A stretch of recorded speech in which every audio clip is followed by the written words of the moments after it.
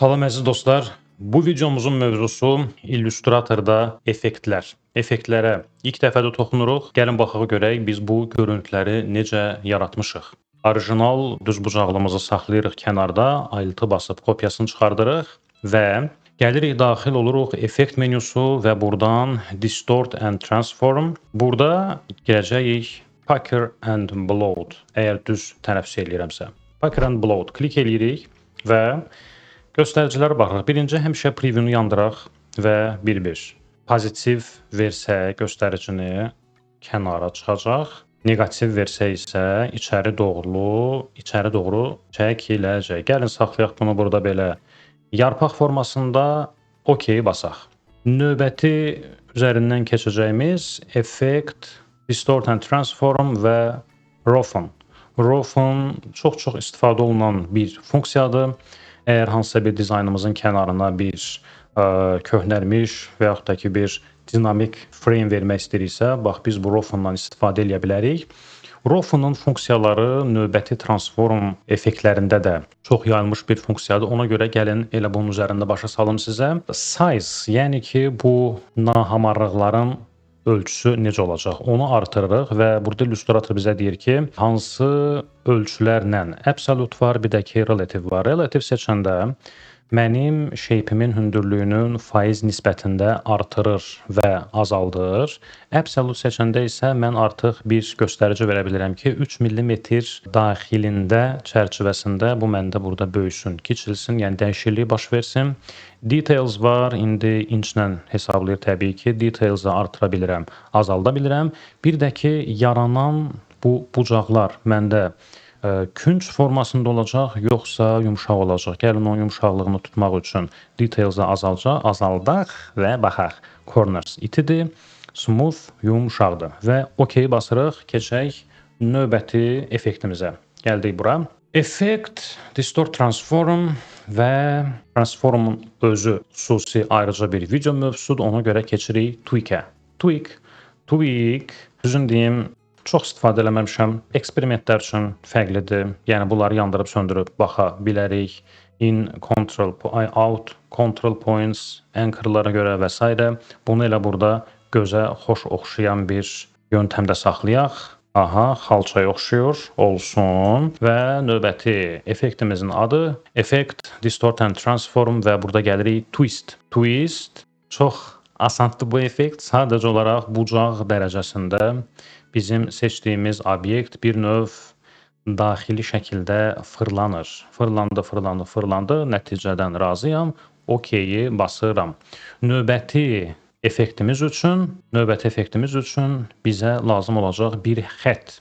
Gəlin birinci bir düzbucaqlının üzərində göstərim və sonra onun əsl ideal istifadə yerinə baş salacağam. Distort and Transform və burada bir də bizdə gəlir zigzag. Zigzagı seçdik. İlk baxışdan Roughen'u oxşuyur, amma burada Roughen'da xaotik şəkildə qabarmalar, çəkilmələr verirdisə, zigzag bizə bunu bir riyazi şəkildə, daha harmonik şəkildə verir. Yenə də relative seçəndə obyektimizin hündürlüyünün və yaxud da ki eninin faiz nisbətini verir. Absolute seçəndə biz özümüz burada təyin edə bilirik. Hansı hündürlüyün içində zigzag hadisəsi baş versin. Zigzagımızın hündürlüyünü seçə bilərik və ridges per segment, yəni hər anchor point arasında neçə dənə ridge, yəni ki qalxışlar, enişlər olsun. Anchor point nəzərə alaq ki, bizim düzbucaqlımızda burada bir anchor point buradadır, ikincisi buradadır, 3, 4 və bunların arasındakı 4 dənə belə bir dalğa əmələ gəlir. Mən bu dalğaların sayını artıra bilirəm və təbii ki, bucaqlarımla da mən burada işləyə bilirəm. Yumşaq olsun bucaqlar, yoxsa iti bucaqlar olsun. Bunu düzbucaqlıda gördük, amma bunun ən ideal və ən çox istifadə olunan yolu, əgər biz bir dalğavari nəsə yaratmaq istəyiriksə, strokumuzu verək qırmızı, nisbətən qalınlaşdıraq, gələk Effect, gələk buradan Distort and Transform və Zigzag. Zigzaga gəldik. Gördüyünüz kimi məndə burada bir anchor point, ikinci anchor point və əgər burada bir dalğa yaratmaq istəyirəmsə, tutaq ki, hündür dalğa olacaq. Relative absolute nəticədə onsuz da eyni şeyi verir. Neçə dənə məndə burada qalxış düşüş olacaq və iti olacaq, yoxsa smooth olacaq. Ölçülərimi biraz azaldıram. Hətta lap biraz azalda bilərəm. Segmentlərin sayını da azalda bilərəm və belə Roltona bənzəyən bir görüntü formalaşır. OK-yi basıram. Birdən istəyirəm ki, mən bu yaratdığım həm bunda, həm bunda, həm bunda yaratdığım effektləri idarə eləyim. Dəyişiklik eləmək istəyirəm. Gəlirəm, yenə də effekt, distort and transform və zigzag verəndə Illustrator yenə mənə nəsə deyir. Deyir ki, this will apply another instance of this effect. Yəni ki, sənin bu verdiyin effekt, ikinci verəcəyin effekt birinci effektin üzərinə tətbiq olunacaq. Don't show again basa bilərik. Apply new effekti basaq. Don't show yəni bizi gələn dəfə narahat eləməsin. Yoxlayaq görək bu bizə nə nəticə verir. Apply new effect gördüyünüz kimi. Yəqin başa düşdünüz nə baş verdi. Mən birinci dəfə bura müəyyən bir sayda zigzag effekti vermişdim. Həmin effektin üzərinə yenə verəndə hər o məndə qalxış, düşüşə bu yenidən özündən zigzag effektləri verdi. Eksperimentlər üçün maraqlıdır, yəni çox qəribə abstrakt bir formalar çıxarda bilərik, amma bu mənim istəyimi yerinə yetirmir. Ona görə cancel basıram və mən Illustratorda axtarıram ki, görüm birinci effektimi mən necə edit eləyə bilirəm. Onun üçün bizdə appearance pəncərəsi var. Appearance günəş ikonuna bənzəyən bir pəncərədir. Appearance əgər bilmiriksə hardadır, gəlirik Windows-dan çağırırıq və Appearance pəncərəsində görürük ki, bu obyektimizin başına gələn oyunların bir növ xəstəlik tarixçəsi kimi başa düşə bilərik.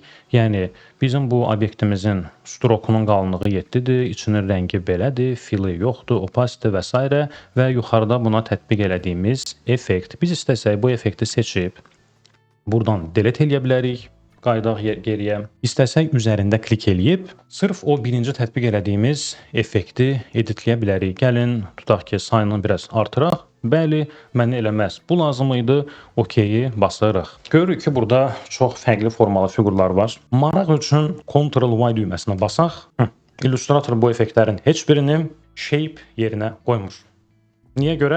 Çünki Illustrator hər zaman açıqdır ki, biz buradan Appearance-dan gəlib öz effektlərimizi yenidən edit eləyə bilək. Əgər biz bu nəticə ilə razıyıqsa və istəyirik ki, Illustrator bunu bizə bir stroke kimi versin və yaxud da shape kimi versin, onda biz gələcəyik Object, Expand Appearance. Expand Appearance basanda fikir verdinizsə artıq, bəli, mənim o yaratdığım zigzag xətti oldu adi bir xətt və təbii ki, bunun üzərində heç bir effektdən söhbət gedə bilməz. Çünki biz həmin o effekti expand elədik, genişləndirdik, saldıq bir forma şəklinə. Illustratorda effekt seriyalarımız davam eləyəcək.